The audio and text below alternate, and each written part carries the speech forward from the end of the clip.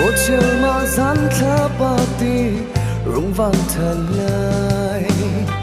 kinh riangmaang fiakfai và ti rung ôn thần lại lần lại cây lòng mô mê rin thiên lâu tin kinh thu qua ra ruộng lặng ngày áo khi đi in cả sam tôn hi nắng chiều đã thấy chiêm trong lâu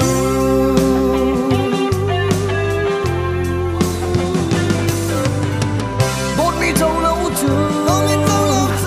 đi lên trong nâng cả xuồng lâu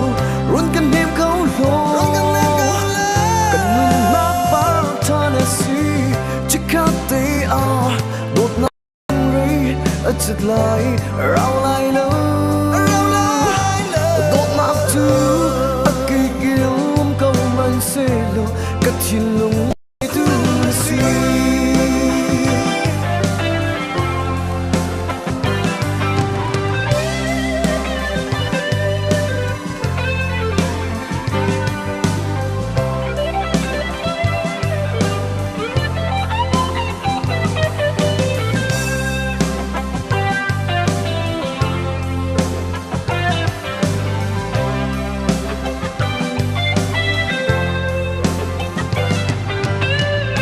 từ linh lê sâu đi lâm sâu ngân xe cần mai băng bao lâm ngon cần phạt làm tiếng Dawtnak từ lâu in rất thiệt cút lại câu si phép chín in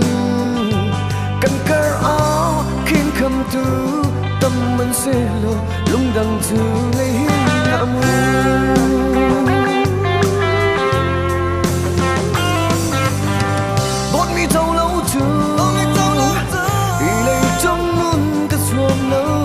run cần đêm câu lô cần mừng mát ba ta nè si chỉ khát tê Dawtnak phim rây ở chật lại rau lại lâu Dawtnak akik yêu câu hmanh xe lo cất Thinlung Neitu si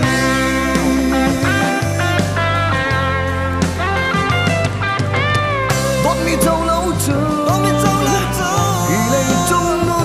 xuồng lâu run cần đêm câu lô cần mừng mát ba ta nè si chỉ khát tê Dawtnak phim rây ở chật lại rau lại lâu